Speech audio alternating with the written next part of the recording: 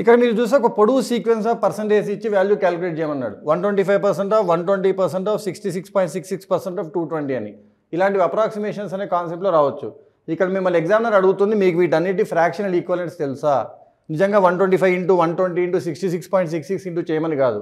125% అంటే అర్థం ఏంటంటే 5/4 అని, 120% అంటే అర్థం ఏంటంటే 6/5 అని, 66.66% అంటే 2/3 అని. ఈ విషయం మీకు తెలిస్తే ఆన్సర్ స్ట్రైట్ ఫార్వర్డ్ అయిపోతుంది. ఇవన్నీ ఇంటూ చేసి ఇంటూ 220 చేయండి అని అడుగుతున్నాడు. సో మీకు పర్సంటేజ్ని ఫ్రాక్షన్స్గా మారుస్తే ఈజీ అవుతుందంటే ఆ ఫ్రాక్షన్స్గా మార్చి ఆన్సర్ చేయడం కరెక్ట్. ఇప్పుడు ఒకసారి చూస్తే 5 క్యాన్సిల్ అయింది, 6 ఇంటూ 2 12, 4 ఇంటూ 3 క్యాన్సిల్ అయిపోయింది. సో ఇవన్నీ క్యాన్సిల్ అయ్యి లాస్ట్కి ఎవరు మిగులుతారో ఓన్లీ 220 మాత్రం మిగులుతుంది. సో మీ ఆన్సర్ 220 అని పెట్టి నెక్స్ట్ క్వశ్చన్కి వెళ్ళిపోతారు. సో ఇలాంటి సింపుల్ లాజిక్స్ కనుక కాన్సెప్ట్స్ కనుక తెలుసుకోవాలనుకుంటే కింద డిస్క్రిప్షన్లో ఉన్న లేస్ అకాడమీ యాప్ డౌన్లోడ్ చేసుకోండి. మీకు కావాల్సిన కాంపిటేటివ్ ఎగ్జామ్స్ అన్నిటికీ సంబంధించిన కోర్సెస్ ఉన్నాయి, ఎన్రోల్ అవ్వండి. ఇంటి వద్ద నుండే మీ ఎగ్జామ్ క్రాక్ చేయండి. Thank you.